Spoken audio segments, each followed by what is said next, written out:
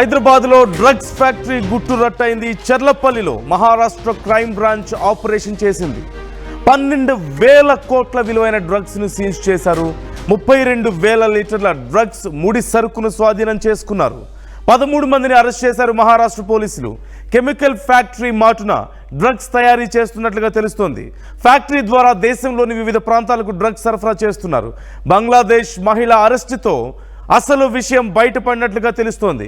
మనకు తెలిసిన విషయమే, గతంలో కూడా ముఖ్యంగా బంగ్లాదేశ్ నుంచి వచ్చినటువంటి కొంతమంది భారతదేశంలో కొన్ని అసాంఘిక కార్యకలాపాలకు పాల్పడడం, సంఘ వ్యతిరేక కార్యకలాపాలకు పాల్పడడం మనం గతంలో చూసాం. ఇప్పుడు కూడా అలాంటి ఘటనే మరొకటి మనం చూస్తున్నాం. ఒక బంగ్లాదేశీ మహిళను అరెస్టు చేయడం ద్వారా భారీ డ్రగ్స్ మాఫియాను పట్టుకున్నారు.